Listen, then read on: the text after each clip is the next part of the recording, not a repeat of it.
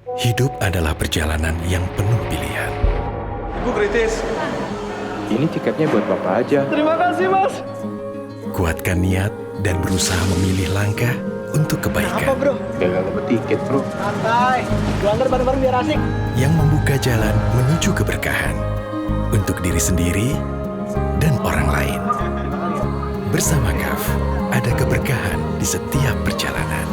KAF, ini jalan yang kupilih. Yeay! Selamat! Congratulations! Akibat pandemi COVID-19 yang melanda, sejumlah usaha kecil menengah mengalami kerugian dan tak sedikit yang bahkan. Hey, kenapa? Aku nggak bisa lanjutin butiknya lagi. Saat masa sulit menghimpit, selalu ada cara untuk menggerakkan kebaikan. Kita ganti konsep tokonya, oke? Ajak pembeli untuk berbagi. Dengan bergerak bersama, satukan kekuatan yang dimiliki. Untuk kembalikan semangat, lahirkan karya yang menginspirasi. Hingga akhirnya, bisa sebarkan manfaat yang lebih luas bagi sesama. Saatnya bergerak bersama Wardah untuk Ramadan yang lebih bermakna. Wardah bersama lebih bermakna. Paragon.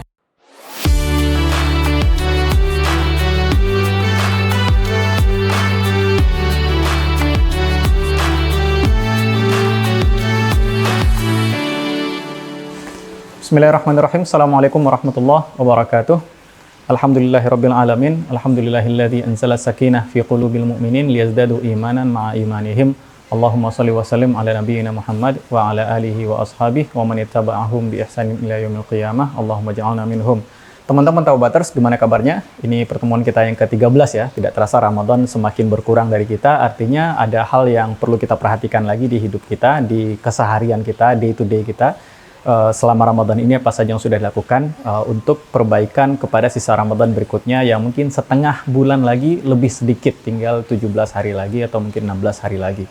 Alhamdulillah pada sore hari ini kita kembali berjumpa dan kita akan melanjutkan membaca buku kita, mengkaji bukunya Ustadz Nu'man Ali Khan hafizahullah ta'ala yang berjudul Revive Your Heart, Putting Life in Perspective. Bagaimana kita menghidupkan hati kita kembali, putting life in perspective, dan meletakkan hidup pada perspektif yang seharusnya.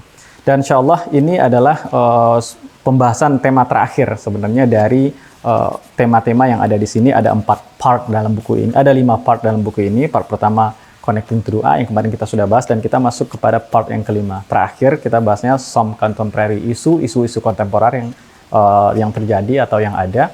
Dan hari ini kita akan bahas tema yang kelima, yaitu focusing on the akhirah.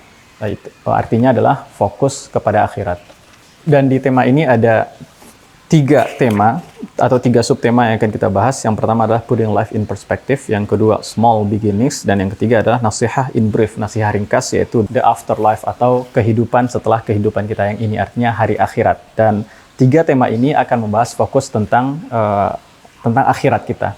Dan ini sebenarnya, Masya Allah, ini penulisnya Ustaz Nu'man saving the best for the last, menyimpan tema yang terbaik di pembahasan yang paling akhir dari buku ini. Dan itu juga indah sekali, seperti juga Ramadan. Mungkin teman-teman selama Ramadan ini di 12 hari awal itu kurang maksimal, berarti kita perlu maksimalkan lagi nih di hari ke-13, 14, 15, 16, 17, 18, 19, 20, dan di ke-21 itu udah final battle. Itu Allah save the best for the last. Allah simpan yang terbaik, momen yang terbaik untuk waktu yang paling akhir, for a reason, untuk satu alasan yang sangat mulia. Artinya buat kita yang kurang-kurang kemarin, di kedepan ini maka kita akan perbaiki dan kita akan maksimalkan, terutama di 10 akhir nanti yang akan kita bertemu dengan, semoga Allah pertemukan kita dengan Lailatul Qadar dalam ibadah terbaik kita. Nah, di buku ini juga mirip, juga sama. Di tema akhirnya adalah pembahasan di tema besar terakhir itu tentang focusing on the akhirah. Dan ini saya pikir jantung dari buku ini, tentang fokus kepada akhirat. Dan dari tema akhir ini ada 3 subtema. Tema pertamanya berjudul Putting Life in Perspective, meletakkan hidup pada perspektif yang seharusnya. Dan inilah, kalau teman-teman lihat di sini, inilah subjudul dari buku ini, Putting Life in Perspective. Dan saya pikir jantungnya buku ini ada di 3 chapter terakhir ini tentang pembahasan tentang akhirat. Sebab kenapa? Semua tema yang kita bahas dari pertemuan pertama kemarin ujungnya cuma satu hal. Sebab kalau satu hal ini bukan target kita, maka semua tema yang kita bahas kemarin, mulai dari doa, kemudian keuangan, dan lain sebagainya, kalau tujuan yang ini tidak dapat, maka semua pembahasan itu nggak ada gunanya. Apa itu tujuannya? Itu tentang akhirat. Dan pembahasan tema akhirat ini adalah pembahasan tema terbesar dalam Islam. Bahkan Rasul ketika membahas tentang akidah, di banyak hadis Rasul menyebutkan iman kepada 2 hal saja, mangkana yu'minu billahi wal yaumil akhir, siapa yang beriman kepada Allah dan kepada hari akhirat. Jadi tema tentang hari akhirat ini level ke tema yang keimanan kita harus kuat di sini, karena kalau bermasalah di level akhirat ini maka akan banyak turunan masalah berikutnya. Dan insya Allah kita akan mulai dengan seperti biasa surat Asy-Syura ayat ke-36. Ini Masya Allah, ini surat satu ayat saja. Teman-teman bisa lihat surat ke-42 ayat ke-36 di bukunya di halaman 199. Kalau kita mau baca bareng, ini mungkin bisa jadi bahan diskusi di kemudian hari. Allah mengatakan, A'udzubillahi minasyaitonirrajim, Bismillahirrahmanirrahim. Fama utitum min syai'in famata'ul hayatid dunya wa ma 'indallahi khairun wa abqa lilladzina amanu wa 'ala rabbihim yatawakkalun. Dan apapun yang diberikan kepada kalian min syai'in, dari sesuatu apapun itu, famata'ul hayatid dunya, maka itu adalah mata kehidupan dunia. Apa itu mata kehidupan dunia? Di terjemahan bahasa Indonesia disebutkan biasanya perhiasan atau kesenangan kehidupan dunia. Nanti kita gali itu. Wa ma 'indallahi khairu wa abqa. Di satu sisi Allah bicara tentang apa yang Allah berikan untuk kalian di kehidupan dunia, dan Allah katakan wa ma 'indallahi, dan apa yang di sisi Allah itu khairun, lebih baik, wa abqa, dan lebih abadi, lilladzina amanu, untuk orang-orang yang beriman, untuk orang-orang yang yakin, wa ala rabbihim yatawakkalun, dan orang-orang yang kepada Rabb mereka bertawakal, mereka meletakkan keyakinan mereka, keharapan mereka, kepercayaan mereka kepada Rabb mereka, orang-orang yang bertawakal. Surat Asy-Syura ayat 36. Dan dalam kesempatan kali ini temanya ada 2 pembahasan besar di sini. Mungkin mudah-mudahan kita bisa selesaikan dalam satu pertemuan. Kalau tidak cukup mungkin waktunya kita akan lanjutkan di pertemuan di besok harinya insya Allah. Kita akan coba menggali pertama sekali tentang firman Allah, fama utitum min syai'in famata'ul hayatid dunya. Dan apapun yang diberikan kepada kalian, fama utitum, apapun itu yang diberikan kepada kalian. Artinya di sini Allah buka kalimat ini dengan fama utitum, maka apapun itu. Dan ma di sini, kata ma di sini itu menunjukkan bahwa apa saja yang diberikan kepada kita dalam kehidupan dunia ini. Artinya apapun yang Allah berikan untuk kita kan, yang kalau kita pikir apa yang Allah berikan untuk saya, mungkin pendidikan, kemudian harta, kemudian keluarga, kemudian teman, kenalan, dan lain sebagainya, itu belum apa. Artinya itu bukan itu saja yang tercover pada kata apa. Yang dicover oleh kata ma di awal kata fama utitum ini, yang tercover oleh kata ma adalah semua yang saya dapati, baik itu fisik saya, oksigen yang Allah berikan untuk saya, kemampuan metabolisme tubuh saya, kemudian apa yang Allah berikan saya terima, misalnya harta yang saya sebutkan tadi, kemudian experience yang saya lewati, kemudian ilmu yang saya pelajari, pendidikan yang saya kaji, kemudian orang-orang yang saya temui, teman-teman, sahabat yang saya dapati, dan semuanya, semua pengalaman yang saya miliki, itu termasuk dalam kata ma. Fama utitum, segala sesuatu yang Allah berikan untuk kalian, segala sesuatu yang diberikan untuk kalian, kata Allah di sini, termasuk fisik saya dan pakaian saya pakai dan lain sebagainya, itu termasuk dalam kata fama utitum. Kemudian Allah katakan min syai'in, dari syai'in, dari sesuatu apapun. Ini menjadi menarik kalimatnya ya. Ketika Allah katakan fama utitum min syai'in, segala sesuatu itu utitum, artinya diberikan untuk kalian. Dan ini memberikan ketegasan pada satu hal bahwa tidak ada satupun yang saya miliki. Di sini saya coba bacakan dari buku ini ya, utitum ini perannya bermakna apa?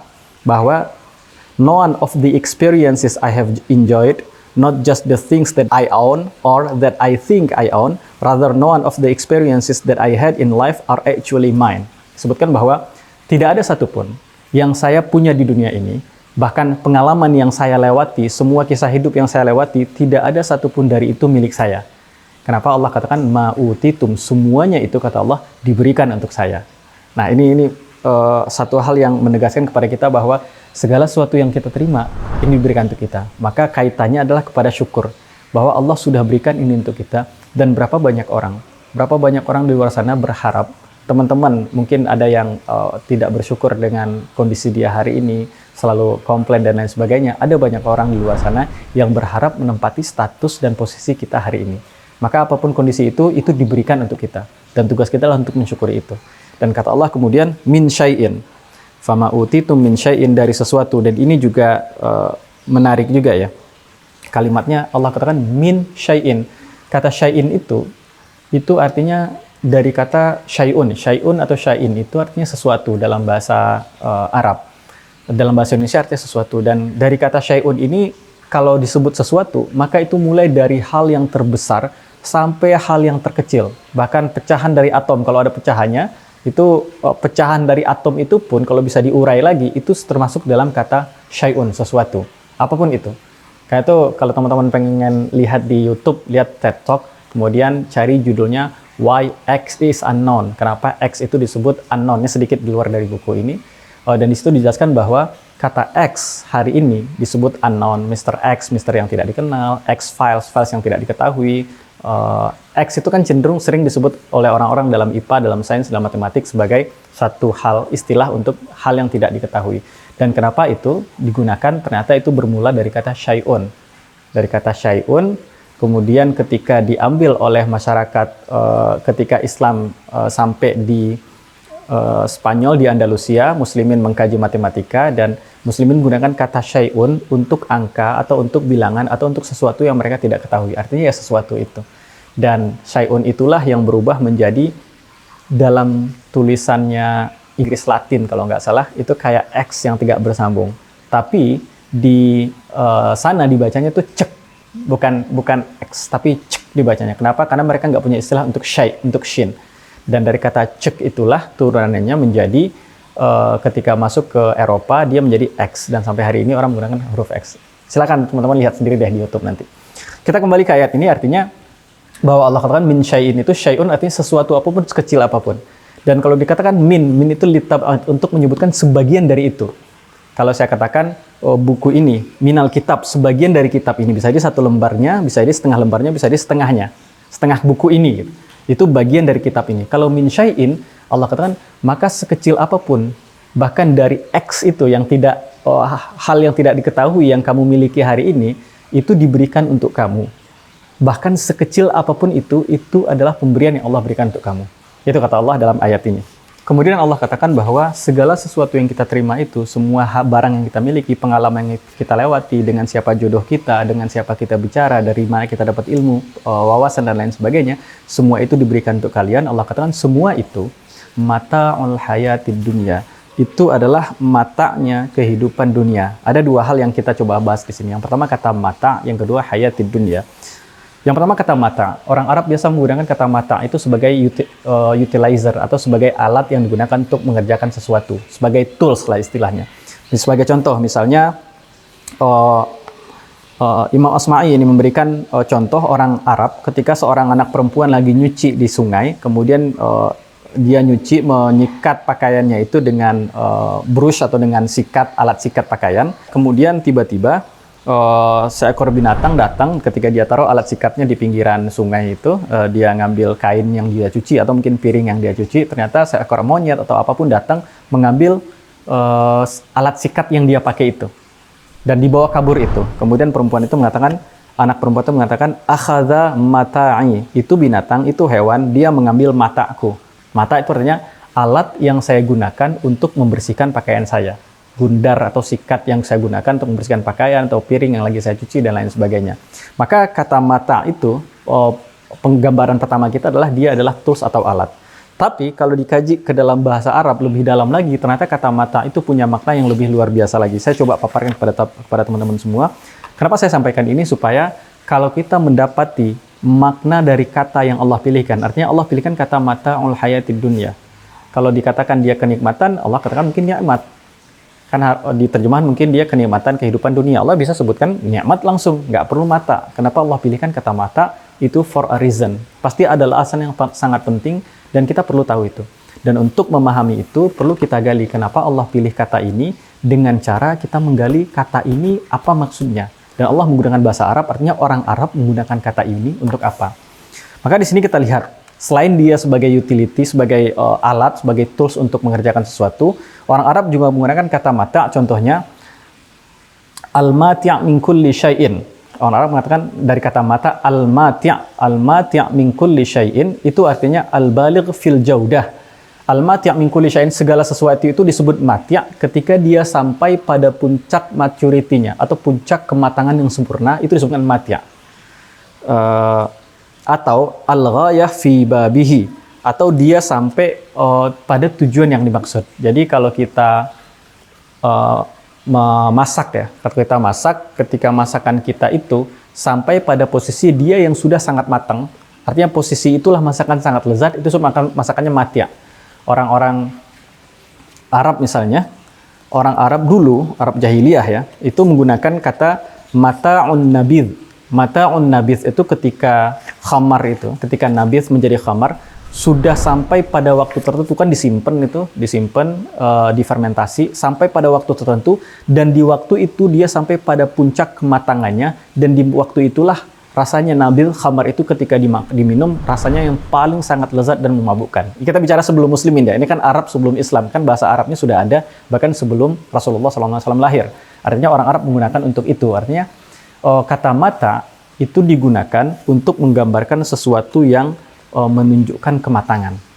Nah, apa maksud dari mata'ul hayatid dunia di sini? Allah katakan bahwa apapun yang Allah berikan kepada kita itu adalah pendewasaan untuk kita. Nah ini, tadi kita bahas fama utitum min syai'in, apapun yang Allah berikan untuk kita, semuanya itu tujuannya tidak lain dan tidak bukan salah satunya adalah sebagai mata untuk kita menjadikan kita mati, menjadikan kita lebih matang dan lebih dewasa melewati semua yang kita lalui. Jadi teman-teman, apapun yang kita lewati dalam hidup, tidak ada yang kebetulan. Saya sangat suka dengan kalimat ini bahwa tidak ada satupun yang kita lewati dalam hidup itu kebetulan. Kita bertemu hari ini itu tidak kebetulan. Kemudian saya dihadiahi buku ini oleh teman-teman NAK Indonesia tahun 2020 lalu, itu juga tidak kebetulan. Saya juga kenal dengan mendengarkan kajiannya Ustaz Nu'man Ali Khan itu 14-15 tahun lalu juga nggak kebetulan. Kemudian saya belajar bahasa Arab dan saya nggak ada yang kebetulan. Bahkan hal-hal yang kita pikir kita akan sesali di kemudian hari, atau mungkin hal yang pernah sudah terjadi kemudian saat ini kita sesali, itu pun juga tidak kebetulan. Semuanya terjadi, dan tujuan dari terjadi itu, hikmah dari terjadi itu yang perlu kita tahu adalah semua yang terjadi itu Allah katakan tujuannya untuk kita, dia sebagai mata, sebagai jalan untuk kita, atau sebagai alat untuk kita yang membuat kita mampu menjadi lebih dewasa. Dan ini luar biasa teman-teman. Kalau kita buka misalnya kisah-kisah sejarah, dan kita lihat ada berapa banyak orang-orang besar dalam sejarah, dan mereka orang-orang besar dalam sejarah itu berada pada masa muda atau masa kecil yang mungkin sulit, dan mereka tidak merasakan kenikmatan yang dirasakan oleh anak-anak yang lainnya. Dan ketika mereka merasakan kesulitan itu, mereka menyikapi kesulitan yang mereka hadapi itu sebagai salah satu cara Allah untuk membuat kita menjadi mati, menjadi matang, menjadi dewasa, menjadi lebih baik daripada kita yang sebelumnya. Lawan kata dari matang kan nggak matang. Lawan kata dari matang itu artinya masih mentah. Dan sesuatu yang mentah kan nggak bisa dimanfaatkan. Ketika dia sudah matang, berarti kita bisa banyak memberikan manfaat. Percayalah bahwa semua yang terjadi dalam hidup kita, itu Allah berikan untuk kita. Sebenarnya ada dua pilihan. Kedua pilihannya adalah kita bisa kritik terus, komplain terus terhadap kejadian itu. Tapi yang pertama adalah kita bisa melihat itu sebagai momen untuk kematangan kita. Apapun yang diberikan kepada kita, dan namanya manusia, kita kan biasanya menghitung segala sesuatu, menilai segala sesuatu, menakar segalanya itu berdasarkan dengan experience kita, pengalaman kita, ilmu kita. Akhirnya kita menyimpulkan yang baik untuk saya ini. Tapi enggak, Allah melihat dengan point of view yang jauh lebih berbeda dari kita. Karena itu judul buku ini Putting Life in Perspective, supaya kita bisa meletakkan hidup kita itu pada perspektif yang seharusnya. Selama ini saya cuma melihat hidup saya dari satu sudut pandang saja, yaitu sudut pandang saya. Dan kita tidak tahu betapa multidimensionalnya hidup kita ini. Hidup kita itu punya banyak dimensi yang luar biasa luasnya. Dan sudut pandang saya bisa jadi hanya mengcover satu dimensi. Dan saya pikir itu baik, ternyata di dimensi yang lain itu sebenarnya nggak baik. Karena itu Allah katakan kepada kita, kita harus yakin bahwa apapun yang menimpa hidup kita hari ini, yang kita lihat bahkan musibah sekalipun kita lihat nggak nyaman dan tidak enak, itu bagian dari cara Allah untuk membuat kita menjadi mati', yaitu membuat kita menjadi orang yang lebih dewasa, orang yang lebih matang, atau orang yang lebih baik dari yang sebelumnya. Karena yang matang selalu lebih baik daripada yang mentah. Itu yang pertama. Kemudian yang kedua, orang Arab juga menggunakan kata mata yang bermakna ma yuntafa'u bih. Mata itu artinya apa saja yang bisa diambil manfaatnya. Jadi apapun, orang Arab menggunakan kata mata untuk apa saja yang bisa diambil manfaatnya. Apa implikasinya pada ayat ini? Artinya apapun yang Allah berikan kepada kalian, sedikit apapun itu, sebanyak apapun itu, every experience in life is something you can benefit from. Artinya adalah semua pengalaman dalam hidup itu adalah satu hal yang kita bisa ambil manfaat dari itu. Baik itu pengalaman yang baik, teman-teman, ataupun pengalaman yang buruk. Bahkan sebagian kita merasa mungkin ada hal yang kita lakukan, kemudian beberapa hari setelah itu kita sangat menyesali kejadian itu. Dan penyesalan itu pun, itu bisa menjadi baik kalau kita bisa melihat itu sebagai mata. Sesuatu yang yuntafa'u bih, yang bisa diambil manfaatnya. Sebagai contoh misalnya di surat Al-Kahfi, itu Allah mengisahkan tentang dua orang yang memiliki kebun. Salah satunya itu mengatakan bahwa kebun saya itu sangat subur sekali dan tidak mungkin mati dan lain sebagainya. Dan ternyata dalam satu malam saja kebunnya habis. Kemudian karena dia merasa terlalu confidence dengan dirinya dan merasa jauh dari, ini Allah tidak akan membuat ini binasa kok. Ini saya sudah menanam sedemikian rupa, menjaga dan lain sebagainya. Saya merasa nyaman, merasa secure dengan harta yang saya miliki. Ternyata dalam satu malam itu habis semuanya. Dan dia mengatakan, ya laitani lam usyrik bi rabbi ahada. Ya laitani, ya wahainya, aduhai. Ya laitani itu mungkin bahasa Indonesia, ya aduh seandainya saya tidak berbuat syirik kepada Rabb saya sebelumnya. Dan itu pun artinya ini kan penyesalan, ini pengalaman buruk yang berbuah pada penyesalan. Bahkan sampai level pengalaman buruk yang berbuah pada penyesalan, ketika kita melihat itu sebagai mata atau sesuatu yang ma yuntafa'u bih, syai'un yuntafa'u bih, sesuatu yang bisa diambil manfaatnya, kita ambil pelajaran besar bahwa pengalaman buruk kita itu, kita ambil manfaatnya, membuat dia, orang ini keluar dari sifat mempersekutukan Rabb-nya. Jadi selama ini Allah berikan dia kekayaan, berikan kebun yang banyak dan lain sebagainya, dia masih merasa ini karena saya, dan dia lupa bahwa ini karena Rabb-nya, tanpa sadar dia berbuat syirik kepada Rabb-nya, dan ketika itu hilang dalam satu malam, dia mengatakan bahwa seandainya saya tidak pernah berbuat syirik. Artinya, pelajaran pengalaman buruk pun itu bisa diambil manfaatnya. Seorang yang punya pengalaman buruk berbuat syirik, dan kemudian dia tersadar dengan itu, dan dia ambil manfaatnya, dari detik itu dia berhenti berbuat syirik. Dan kita melewati macam-macam cerita lah dalam hidup kita. Mungkin ada lembaran-lembarannya kelam, lembarnya hitam dan lain sebagainya, dan kita sadari itu bagian yang kita tetap bisa ambil manfaat dari situ. Artinya itu bukan bagian yang kita ratapi terus-terusan. Kalau menangisi terus-terusan nggak ada manfaatnya nanti. Tapi itu adalah bagian yang kita bisa ma yuntafa'u bih, kita bisa ambil manfaatnya. Yang ketiga, mata itu bermakna bukan saja ma yuntafa'u bih, tapi ma yutaballag wa yutazawwad, satu hal atau barang atau sesuatu yang bisa digunakan, wa yutazawwad, bisa dijadikan sebagai pemenuh kebutuhan untuk nanti, sebagai bekal nantinya.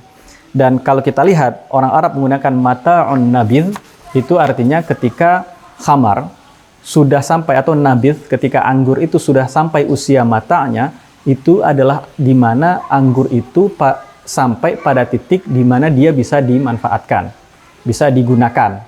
Atau orang Arab menggunakan kata hablun mati'. Hablun mati' itu adalah ketika dua tali. Kita punya tali, teman-teman bayangkanlah kalau teman-teman camping ada tali yang biasa digunakan anak-anak pramuka itu, oke. Tali itu ketika ditemukan dua tali diikat, dan ikatannya sudah sangat bagus, rapi dan kencang, dan pas ketika ditarik tidak akan pernah lepas. Secara logika itu tidak mungkin lepas. Itu disebut dengan hablun mati'. Dan orang Arab ketika menggunakan itu menunjukkan bahwa tali itu ketika sudah bagus ikatannya, itulah momen di mana tali itu baru bisa dimanfaatkan. Kenapa? Karena ketika tali itu ikatannya belum kencang, itu bahaya kalau dimanfaatkan. Kalau digunakan langsung bisa jadi camping, tendanya rubuh, atau kalau dia menjadi tali untuk orang pendaki gunung bisa jadi nyawa melayang. Dan kata mata itu berarti juga satu hal yang bisa dimanfaatkan, bisa digunakan. Artinya apapun yang Allah berikan untuk kita, apapun itu teman-teman. Kita lahir dalam keluarga yang mungkin tidak kaya, kita lahir dalam keluarga yang mungkin tidak lengkap. Mungkin ada orang di antara kita, ada orang yang terlahir dan ayahnya sudah meninggal ketika dia masih dalam kandungan. Dan itu adalah satu hal yang bisa dimanfaatkan. Kita harus melihat semua momen itu sebagai momen yang bisa memberikan kebaikan untuk kita. Ketimbang kita komplain terhadap pengalaman kita atau apa yang Allah berikan kepada kita, Allah katakan itu adalah mata untuk kita dari Allah.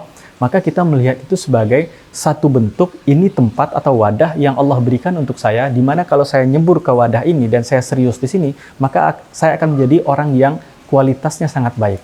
Karena Allah sediakan itu untuk saya. Kita lihat ada berapa banyak orang-orang, tokoh-tokoh besar, ulama-ulama besar banyak sekali, yang terlahir dalam keadaan yatim. Bahkan Rasul kita SAW ketika lahir, beliau dalam keadaan yatim. Dan Masya Allah, Rasulullah SAW manusia terbaik di alam semesta ini. Maka di antara mata juga itu. Dan berikutnya, wal fana ya'ti alaihi. Di antara makna mata itu, ini makna yang terakhir adalah maknanya adalah ketika sesuatu itu sampai pada akhirnya. Artinya tidak ada yang abadi. Itu makna mata. Maksudnya di sini apa? Tadi saya kasih contoh, seperti contoh yang disampaikan Imam Asma'i bahwa mata digunakan oleh seorang perempuan yang ketika lagi mencuci di suatu sungai, di suatu tempat, dan dia menggunakan satu sikat, sikatnya dibawa kabur, dan dia mengatakan, akhadha mata'i, itu binatang ngambil mata saya, sikat saya disebut dengan mata, karena dia peralatan. Dan suatu saat kita lihat bahwa sikat itu suatu saat akan tumpul, bulunya akan habis, dan suatu waktu dia tidak akan digunakan, tidak bisa lagi digunakan. Atau disebut mata'un nabir, ketika anggur mencapai pada usia tertentu, di mana di usia tertentu anggur itu sudah sangat matang dan waktunya dikonsumsi oleh para pemabuk. Dan suatu ketika ada momen di mana anggur itu bisa mungkin menjadi basi, expire, atau bercendawan, atau berjamur, dan lain sebagainya, rusak dan tidak bisa dikonsumsi lagi. Atau disebut hablun mati' yang tadi kita bahas tentang tali yang ikatannya sudah sangat kuat. Tapi suatu ketika, tali yang begitu kuat ikatannya digunakan untuk mengikat sesuatu yang penting, akan ada zamannya di mana tali itu akan lapuk dan suatu saat akan putus. Mungkin putusnya bisa jadi tidak di ikatannya, tapi tali itu suatu saat akan putus. Dan mata juga, dari kata mata, secara bahasa Arab kita juga paham bahwa apapun yang kita terima, itu nggak ada yang abadi. Nggak ada yang selamanya. Suatu saat dia pasti akan pergi, suatu saat dia pasti akan habis. Dan begitu juga dengan hidup kita ini ya, Allah berikan apapun ke hidup kita, fisik kita, dan lain sebagainya, suatu saat dia akan habis. Hari ini kita melihat orang-orang yang tua, jalan bungkuk, dan lain sebagainya, kita merasa kasihan kepada mereka, suatu saat kita juga pilihannya akan dua. Satu, mungkin kita lebih dulu meninggal, atau yang kedua, kita akan melewati fase yang sama dengan mereka. Dan tanpa sadar, waktu itu akan habis. Nah, ini pembahasan pertama tentang tema putting life in perspective itu. Kita melihat dari satu poin saja dulu. Allah katakan fama utitum min syai'in famata'ul hayatid dunya. Dan insyaallah besok kita akan membahas selanjutannya wa ma 'indallahi khairun wa abqa. Dan apa yang ada di sisi Allah itu lebih baik dan lebih kekal lilladzina amanu, bagi orang beriman, wa ala rabbihim yatawakkalun. Karena waktu terbatas, insyaallah kita lanjutkan pembahasan kita, lanjutkan ayat ini. Sampai ketemu di besok hari di waktu yang sama. Assalamualaikum warahmatullahi wabarakatuh.